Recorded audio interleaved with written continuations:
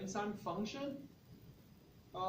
Last time we talked about substrate is like the reactant. It binds to the active site of the enzyme, and it will cause something.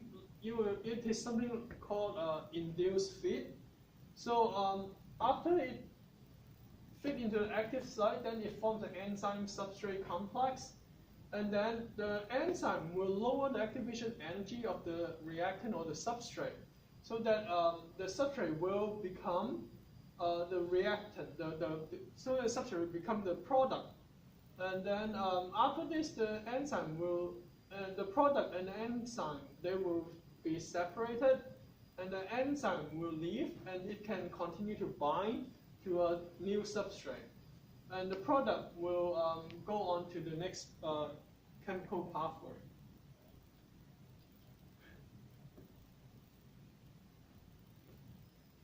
So this is an example of degradation. Degradation, remember, is like the hydrolysis.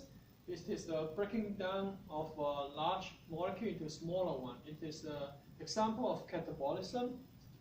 Synthesis is like the dehydration that we learned before. It is an example of anabolism. So in this case, the product from the previous reaction, it becomes the reactant and act as a substrate to induce feed into the active site. And then they form the enzyme substrate complex, and then after this, the enzyme will leave, and then they form a new product. So an example would be glucose. An example would be, for example, glucose plus galactose, and then together they will form lactose.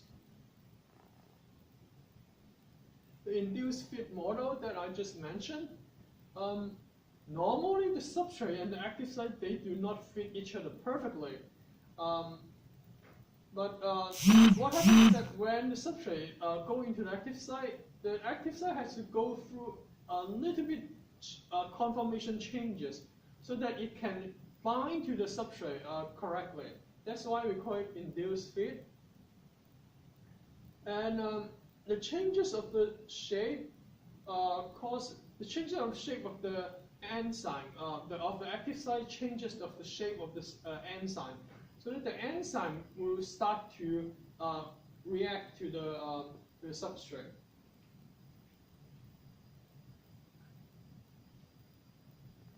So this is a model. You can see that the active site originally looks like this, but the substrate has a different shape. But once the substrate binds to it, the entire enzyme will change the shape in order to fit the shape of the substrate. We call this induced feed. An enzyme is a protein. Most of the enzymes are protein. That's why they're specific. That's why each reaction requires a specific enzyme for that. And most of the time, the enzyme named after their a substrate. For example, lipid. Digestion of lipid, breaking down of the lipid. Remember what we learned at the beginning of the semester. Breaking down lipid, you will get glycerol and fatty acid, and the enzyme is called lipase. And breaking down of urea is urease. Maltose, remember maltose, where we get maltose? We can get maltose from beer. And maltose, breaking down maltose, we'll get maltase. Breaking down maltose by maltase, you will get 2-glucose. Ribonucleic acid from RNA, we use ribonuclease. Lactose, I already mentioned.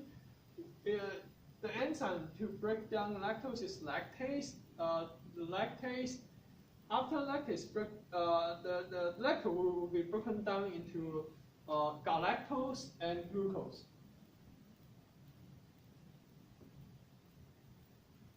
And enzyme is a catalyst, so it speeds up the reaction. It says that breaking down hydrogen peroxide is 600,000 times faster. And you will do this experiment in Bio3B lab. And the rate of enzymatic reaction is affected by all these factors: the substrate concentration, temperature and pH. If you have higher temperature, of course, theoretically you have a faster rate.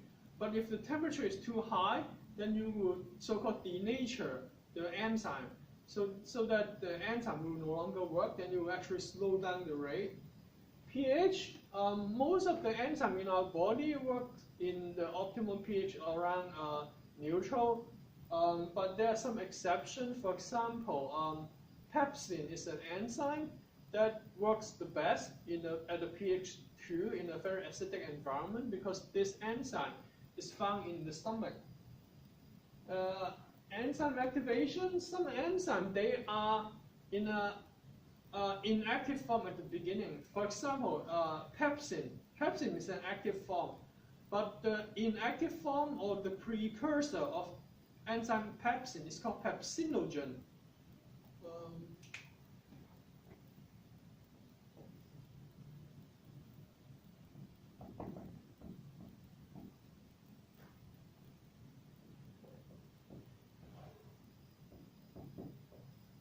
Pepsinogen is the precursor or inactive form of pepsin.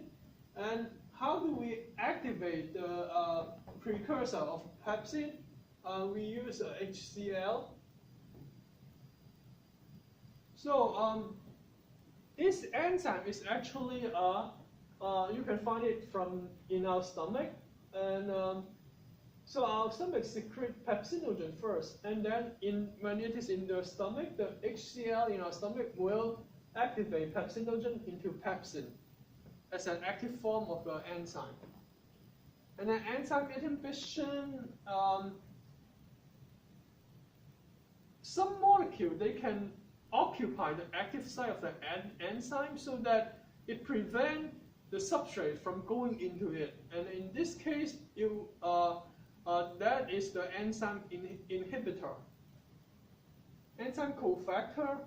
Other than active site, an enzyme can have more than one binding site on the enzyme. Some enzymes require something called cofactor to bind into those other sites in the enzyme to change the shape of the enzyme so that it will make it will activate, or it will make the reaction faster or slower. We call this cofactor. It goes to a modulation site. We call it modulation site on the enzyme. With substrate concentration, generally, when you have more substrate, then the reaction will be faster. The more substrate, the faster will be the reaction. But the limiting factor is the active site of the enzyme.